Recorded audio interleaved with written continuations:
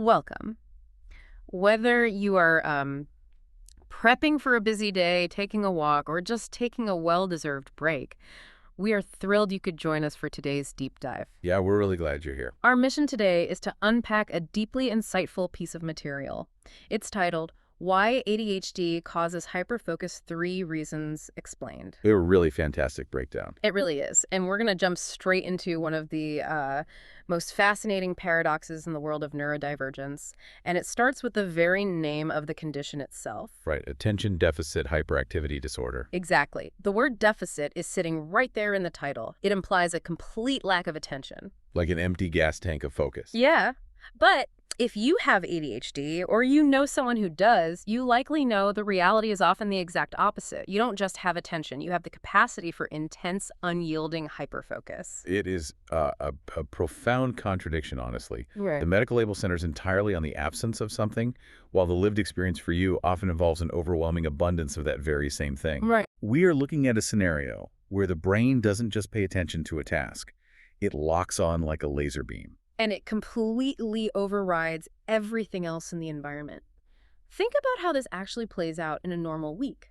You might sit down at your desk and absolutely struggle to focus on a tedious, mind-numbing spreadsheet for even 5 minutes. Oh, yeah.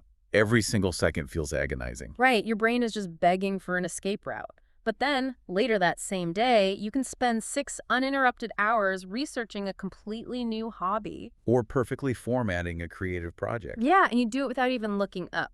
Okay, let's unpack this, because our goal today is to really understand why this happens. We want to get into the mechanics of your brain. Exactly, so that you can actually use these unique strengths and ultimately feel more in control of your life. Rather than feeling like you're at the mercy of your own shifting attention span. Which is how it feels for a lot of people. It does.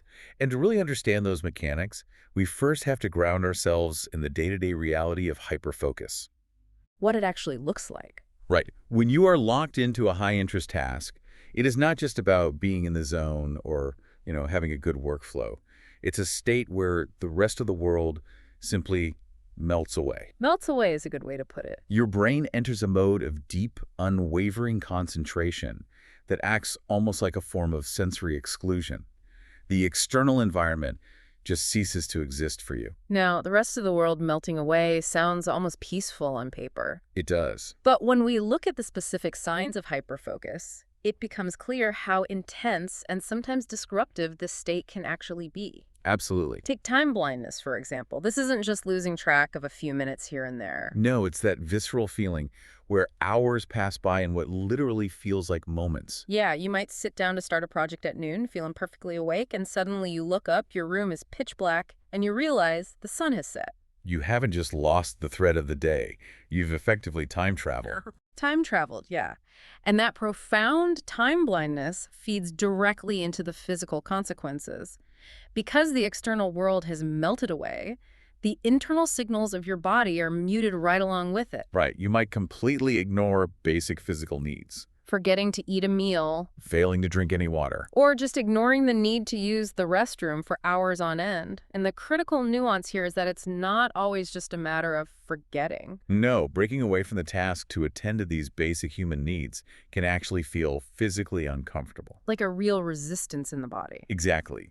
The inertia of the focus is so incredibly strong that disrupting it causes a visceral, almost painful reaction. That physiological barrier to stopping is a huge component of this. It's not a choice to keep going. It's an intense friction against stopping. Which perfectly explains the third sign, the difficulty shifting gears. Right. When you are finally interrupted, Maybe your phone rings or a family member taps you on the shoulder. or you simply hit a wall and are forced to stop, it is never a smooth transition. It is often accompanied by a sudden wave of irritability. Or disorientation, or just profound mental exhaustion. It's like slamming on the brakes of a car going 100 miles an hour. It is a jarring psychological whiplash. The brain is violently pulled from one state of extreme engagement to another state of demanding reality. But we also have to recognize why the brain pursues this state with such vigor to begin with. Right, the intense engagement itself. Because despite the physical neglect and the jarring transitions out of it, you experience a deep sense of flow and satisfaction while actually inside the activity. It is highly rewarding in the moment. Mm. It feels incredibly good to be that dialed in, which reinforces the whole behavior. So it's a loop. What's fascinating here is that these symptoms, the time blindness, the ignoring of physical needs, the difficult transitions, and the intense flow, they are not just behavioral quirks or personality They're traits. not just character flaws. Exactly. They are the external manifestations of very specific internal neurobiology. The ADHD brain physically processes stimulation differently. And this directly impacts how tasks are organized and how time is managed. If we want to understand the behavior, we have to look under the hood at the wiring.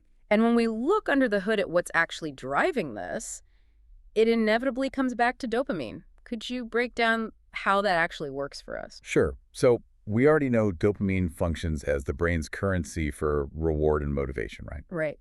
Well, the issue for the ADHD brain isn't what dopamine does, it's the baseline levels. Ah, so the starting point is different. Exactly. If your baseline levels of dopamine are fundamentally lower on an average day, your brain is essentially walking around hungry for that missing stimulation. It's actively looking for a meal. Precisely. The brain is an organ that constantly seeks homeostasis. It wants to balance the scales. So it's trying to fix the deficit. Yes. So when you encounter a highly engaging or deeply interesting task, it doesn't just provide a little drip of dopamine. It provides a sudden, massive rush. A flood of it. Because your brain has been operating at a deficit, starving for this neurotransmitter, it latches on to this highly rewarding feeling with a vice grip. It locks you into a state of hyperfocus. As a biological survival strategy to keep that dopamine flowing. The brain effectively says, we finally have the fuel we need, and we are absolutely not stopping now. Here's where it gets really interesting, because the hyperfocus isn't just about chasing the dopamine high. It's also about how the brain structurally switches between different modes of operating. The networks themselves. Right. It comes down to the relationship between the default mode network and the task positive network. This is a beautiful way to understand the architecture of attention. Think of the brain as having these dedicated specialized networks for different states of mind. Okay. The default mode network is what is active when you are at rest, when you are daydreaming, or when your mind is just gently wandering without a specific goal. Your mental idle speed. Exactly. The task-positive network, on the other hand, kicks in when you need to actively focus, solve a complex problem, or complete an objective. In a neurotypical brain, these two networks smoothly hand off control to one another. It's like a perfectly executed relay race. You stop daydreaming, the baton gets passed without a hitch. And you seamlessly transition into focusing on your work. The bridge between the two states is clear and easy to cross. But in the ADHD brain, that transition is often delayed or highly disrupted. The baton gets dropped. Or one runner simply refuses to let go. It takes a massive amount of cognitive effort to transition from the default mode network into the task-positive network. It is a high-friction environment. However, once you finally do cross that bridge and get locked into the task-positive network for something you actually enjoy, Something providing that massive dopamine rush we just talked about. your brain actively struggles to switch it off. The pathway back to the resting state is just as disrupted and fraught with friction as the pathway in. If the bridge is out in both directions, it completely explains that psychological whiplash and the irritability we discussed earlier. It makes total sense. It's not stubbornness or a refusal to transition. It's a fundamentally disrupted neurological handoff. And that friction ties directly into the third reason, the role of the frontal lobe. Right, the management center. The frontal lobe is the crucial third piece of this puzzle. It acts as the brain's overarching management center. It handles executive functions, Things like planning ahead impulse control. and the intentional conscious shifting of attention from one thing to another. It is the part of the brain that looks at the big picture and dictates where resources should go. It's the internal braking system. The frontal lobe is supposed to apply the brakes, telling you to stop one activity so you can start another, ensuring that your day stays on track. But if you have ADHD, this area of the brain develops and functions differently, meaning those internal brakes are simply not as strong.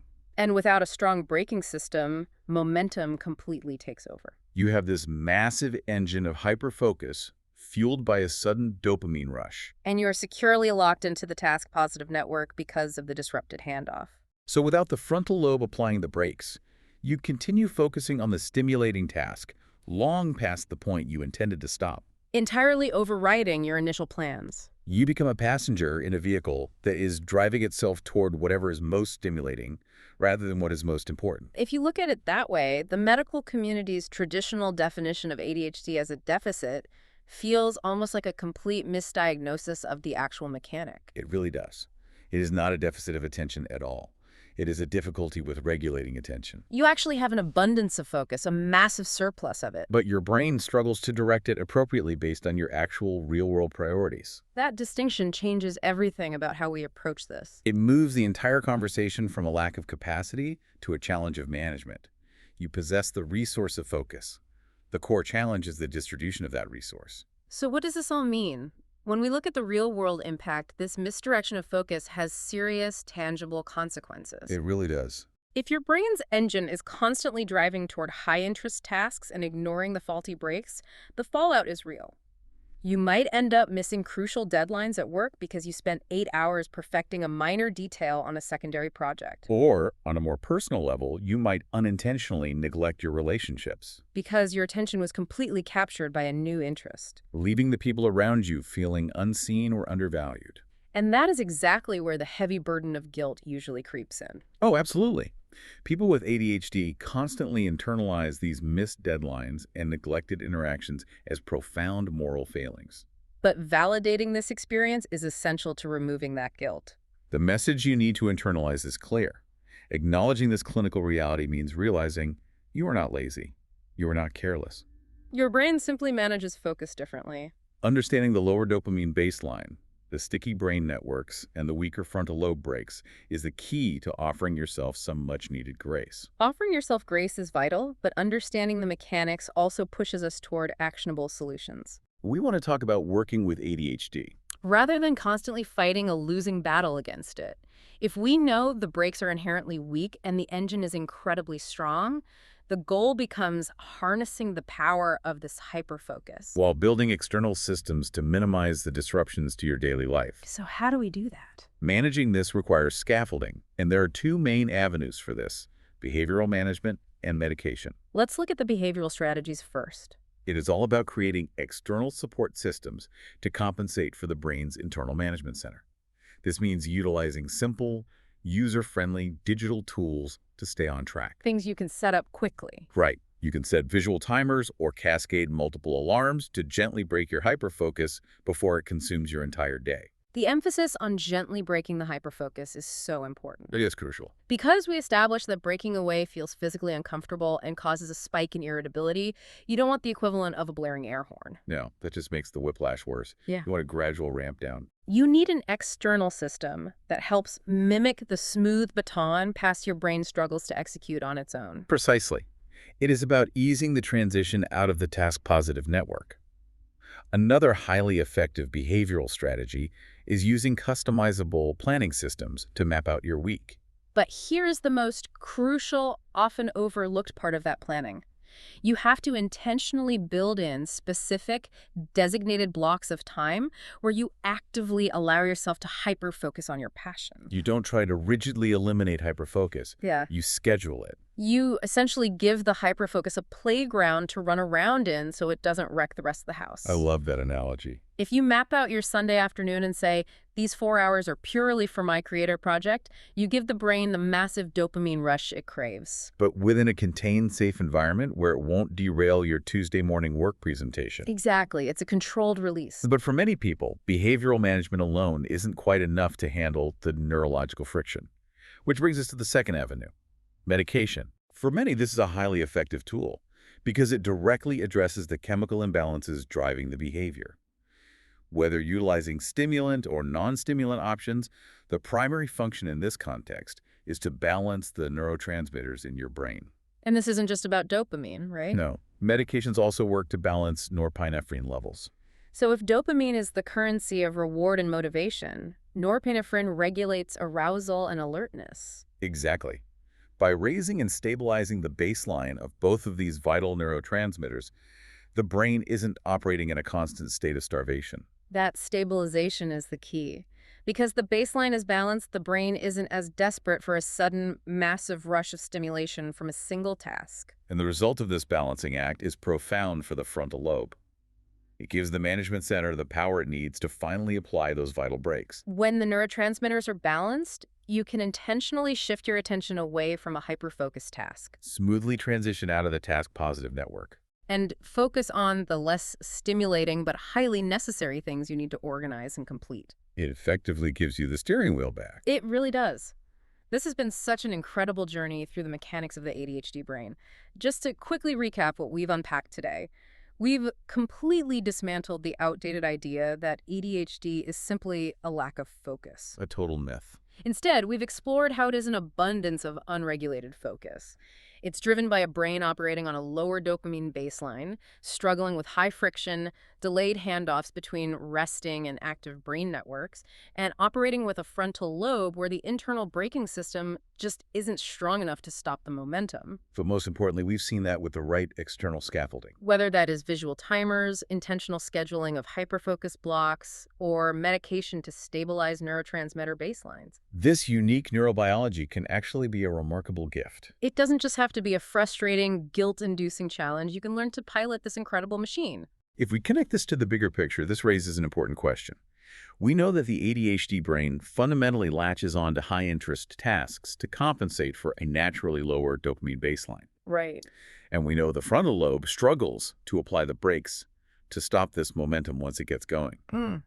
Given this biological reality, we have to wonder how much of the struggle to regulate attention is inherent to the ADHD brain itself, and how much is being aggressively exacerbated by modern technology. Oh, that's a huge point. Think about endless scrolling feeds on social media or rapid-fire, highly engaging video games.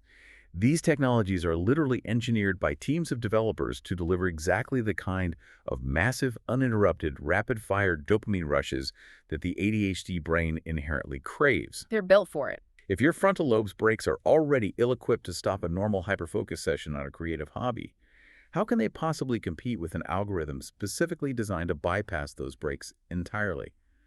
It is a thought that really challenges how we interact with our digital environments going forward. That reframes the entire modern attention span issue. It puts the responsibility not just on how you manage your own neurobiology, but on how fiercely you have to protect your attention from the world you are interacting with.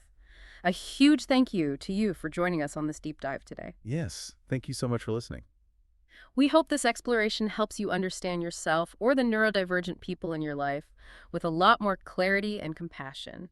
Keep asking questions, keep giving yourself grace, and keep exploring your own unique strengths. We'll catch you next time.